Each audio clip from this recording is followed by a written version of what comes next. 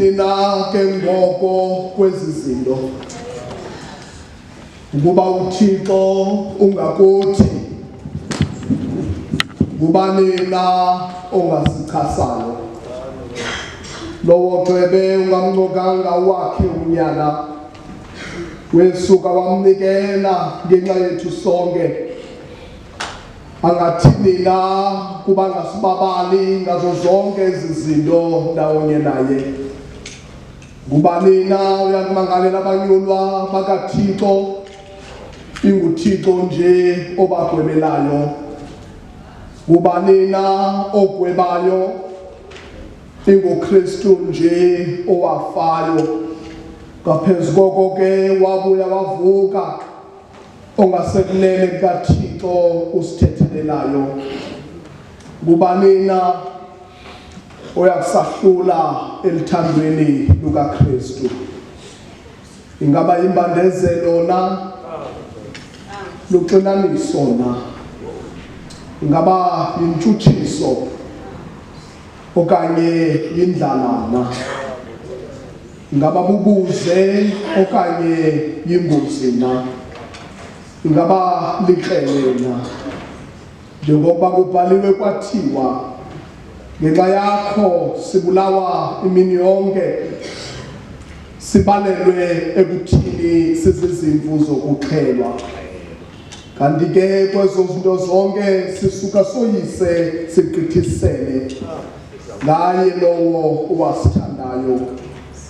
Kuba ndeyisekile kukuba nakufa nabomi, nazithunywa zezulu, nazilawuli, naziphathimandla, nanto zikhoyo nanto zizayo, nabuphakamo nabunzulu, nasinye isidalwa esisimbi, asiva nako ukusahlula thina elithandweni lukaThixo olukuye uKristu inkosi yethu.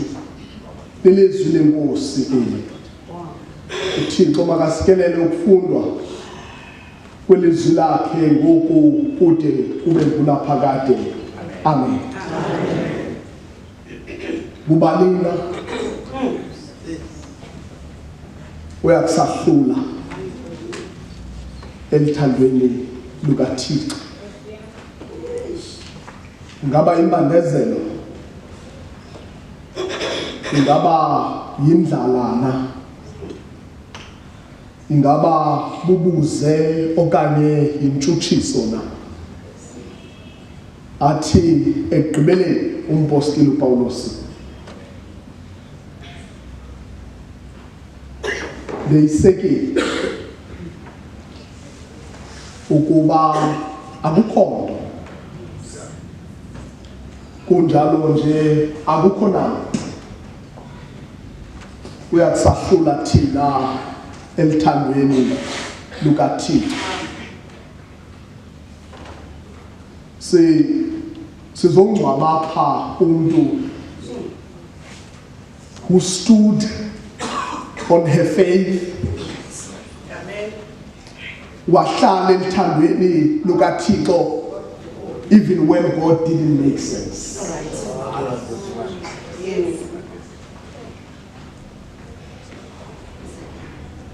Sizongcwaba umuntu apha esithi xa sikhonza uThixo bawusokhanyile simkhonze kuba sikhomba izinto bazalwana bam. Simkhonza uThixo kuba sinezinto ezibonakalayo sizipointayo kuba nazi izinto uThixo andenzele zona. Umama uMpho stood on her faith even when ungekho nto immaterialistic. Kodwa wathi akukho nto, nokokuba yimpilo, nokokuba yindlala, kodwa akukho nto izandisusa elithandweni kaThixo. Nokokuba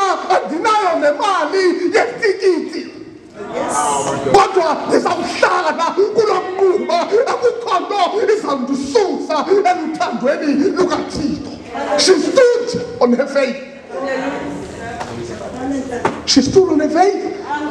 Wahlala komuthando abantu abathi izinto are going south in their lives basuke emthandweni lukaThixo wahlala naxa uhlaba seluhleka luthi unoThixo ophila wahlala. She stood on her faith wathi akukho nto izakundahlula emthandweni lukaThixo. She stood on her faith. But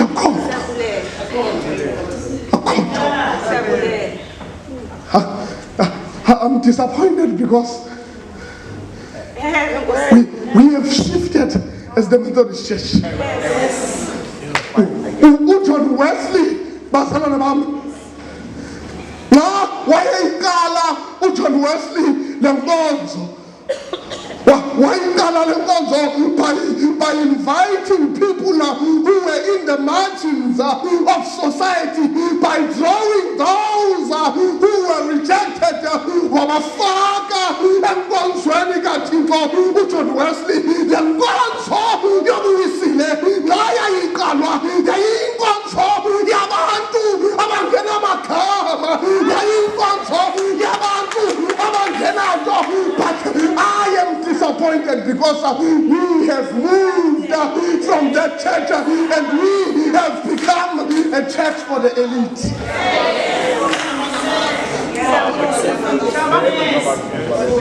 John Wesley, where's spirit is singing voucher? The world is my parish. Ngamazwi athethwa ngumfundisi uJohn Wesley. And in that time, the church was a space for first-class people and bourgeoisies.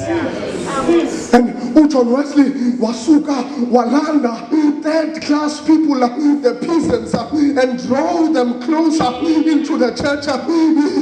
Such is Patimanda, Sebanda, but ulanda bantu who do not belong in this place. And now, we will not give you anymore a platform to preach up because you are drawing people who do not belong in this place. What you John Wesley, it is fine even if you can deny me your pulpit in these four walls. The world is my parish. Is Ausuka, Wasuku John Wesley, Wayabantwin in the margins, in the peripheries of Vagalisa, it is Likatiko and Yazalo Ingonzo, Yoburisile, Ingonzo, Yabantu, Ababenkenando, Yolondo, Gulangonzo, Yoburisile, Sinayonenda Mutua, the poor fund because the Gawale, which was built on the poor, what namhlanje umbuzo ingabuntu ongena zinto siphathekayo usenayo na indawo kule nkonzo yami methodi.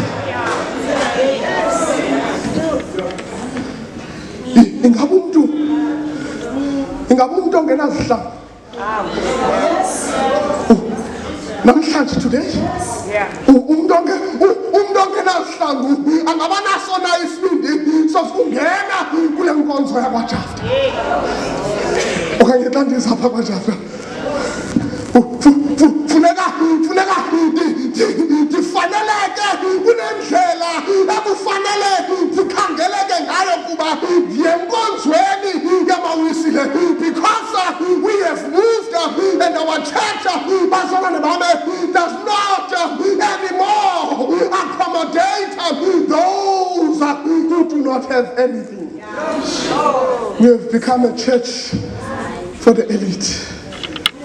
And we want to learn bazalwane bami kufuneka inoba ngaba sinyula abantu in positions of leadership apha nkonzweni sikhangela intoba intona nayo ukuze simnike isihlalo senkonzo ukuba unanto you do not belong in any position position of leadership because we have shifted.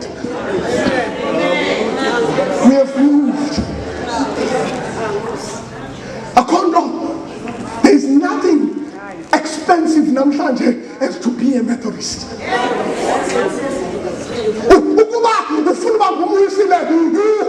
You must have a budget for it.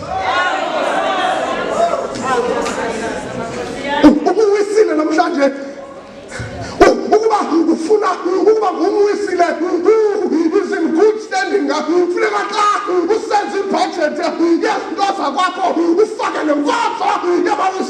it has become so expensive to be a Methodist, such that those who do not have anything basibona bengaphilongi kule nkonzo, basipaka bengena ndawo kule nkonzo. We have become a church bazalwane bami ndinekhala khamendenzela nangendlela sizibonakalisa ngayo elizweni. You go to social media, we are a church of status, we are a church of class. Bazalwane bami kuthiwa xa kuthethwa ngabawisile kuthiwe they are the woolies church. Bazalwane bami ndibuza umbuzo uba mna as a ShopRite person, do I have a space now in this women's church? What do we mean? When we say we are a women's church, what do we mean? What do we mean by that? We have become a church of class, a church of elitism, where we compete about everything. We compete about the cars with Montana. We compete about everything.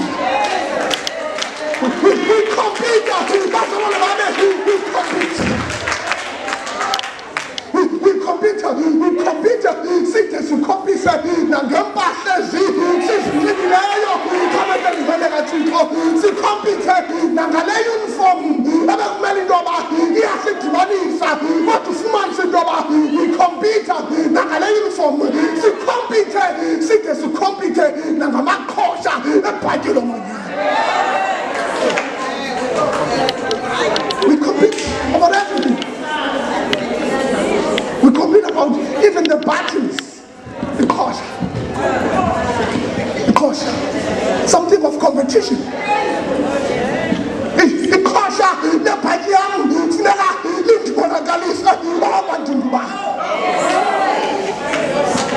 What kind of church? What kind of church are we?